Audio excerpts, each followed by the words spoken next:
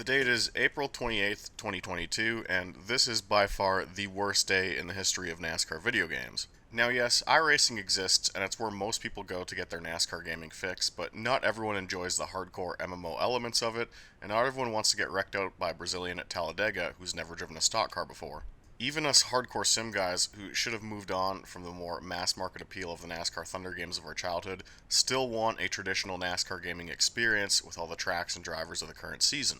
The responsibility of making such a game has fallen on a company called Motorsport Games, who have secured not only the exclusive NASCAR license over the next decade, but the IndyCar, BTCC, and Le Mans licenses as well. The problem with this isn't the license exclusivity, surprisingly, but rather Motorsport Games might actually be some sort of financial scheme, which, in very simple terms for you, they aren't even trying to make a good game. Motorsport Games are currently being sued by a group of former investors who claim Dmitry Kozko and Motorsport Games high-ups outright lied to them about the company's net revenue, convinced these investors to sell off all their shares back to Motorsport Games for practically nothing, with them believing the company was going to go under, when in reality, Dmitry Kozko had entered this nice little agreement with Motorsport Games to pay him out the ass for when the company went public, as well as acquiring all these various licenses that investors weren't told about that would inflate the value of the company even more. This is not how game development works. This is how investment fraud works.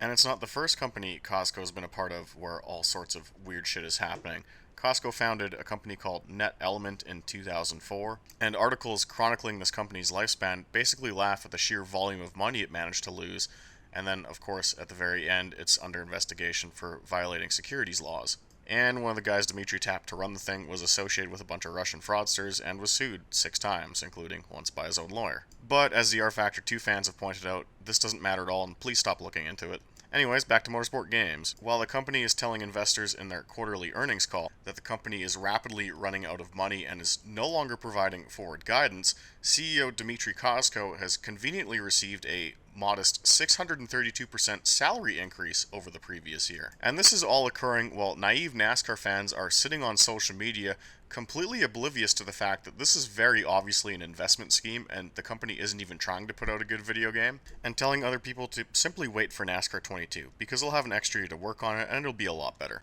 Okay, so as of today, NASCAR 22 isn't even coming now. So the NASCAR franchise was supposed to be a yearly release, but that's just all been scrapped. We're instead going to get what is probably going to be a 2022 season update sometime in the middle of this year for NASCAR 21 Ignition, a game which only 20 people are playing on Steam despite last weekend's Talladega race being watched by 4 million people, a game that has a mostly negative average review score, and a game that doesn't even have car setups, or a mirror, or a track map, or a fuel gauge, or a tire life indicator, or custom lobbies, or the ability to use your custom livery online, or the Truck Series, or the Xfinity Series. Clearly, this level of incompetence is absolutely worth giving the CEO a 632% annual salary raise over. Seriously, take this in. The CEO of a video game company was given an over 600% salary raise for releasing a game that 20 people play and then canceling the next game in the series.